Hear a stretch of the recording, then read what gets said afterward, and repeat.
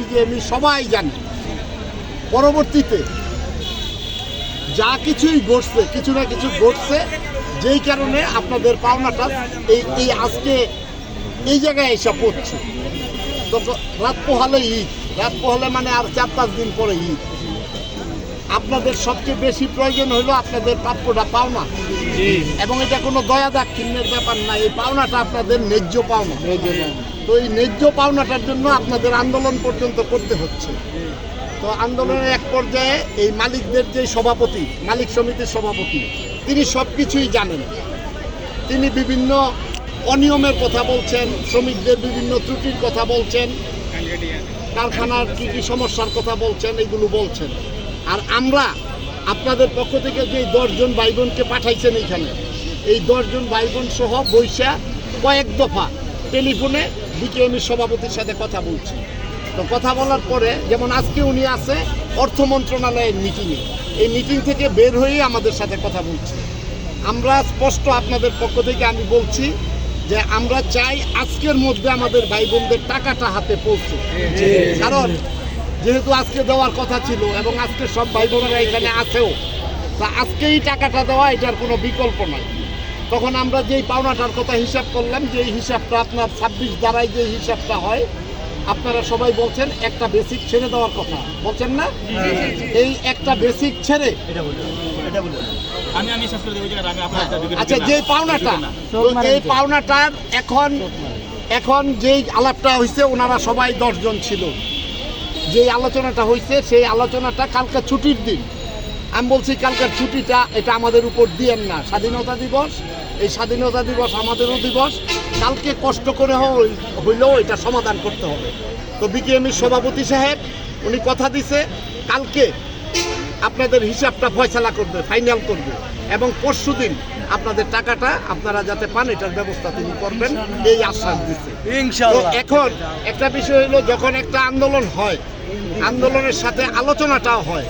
আন্দোলনটার সফলতাটা কিন্তু আলোচনায় পর্যন্ত যাওয়ার জন্য, আলোচনায় গিয়েই কিন্তু আপনার সমস্যাটার সমাধান হবে। তো আমরা সমস্যার সমাধানের জায়গায় চলে আসছি।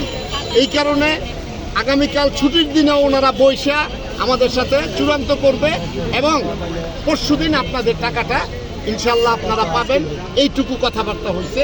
বাকি কথাগুলো এখানে ইকবাল আছে, আপনাদের যে সালাউদ্দিন আছে, ওরা বাকি কথাগুলো বলুন। আপনারা কি শুনছেন, বুঝছেন? আচ্ছা, এই যে বিষয়টা যেটা হাবিজ হলো, এই আলোচনাটা কিন্তু আংশিক, আমরা পূর্ণাঙ্গ এটা পাইনি। যেহেতু বিকেএমের সভাপতি সাহেব আমাদের সাথে একসাথে বসতে হলে শুধু ফোনে কানেক্ট হচ্ছে, যেহেতু জামালাটা চূড়ান্ত পর্যায়ে একটা আসছে, কিন্তু সামনাসামনি বসি নেই, মীমাংসাটা হয় নাই। এই মীমাংসার জন্য আগামীকালকে আমাদেরকে আবার বসতে হবে। আপনারা যে 10 জন প্রতিনিধি দিচ্ছেন আপনাদের পক্ষ থেকে, তাদেরকে নিয়ে আমরা কালকে বসবো। কালকে আমরা এই 10 জন সহ 9টা বাজে 10 জন সহ, আর আমরা যারা শ্রমিক নেতৃবৃন্দ আছি আপনাদের পক্ষ থেকে যারা কথা বলতেছি, তারা সকাল 9টা বাজে কলকারখানায় আসবে। আর আপনারা সকল অন্যান্য শ্রমিক বিন্দু যারা আছেন, আপনারা যারা পাওনা টাকাটা পান, আপনারা আসবেন 11টায়।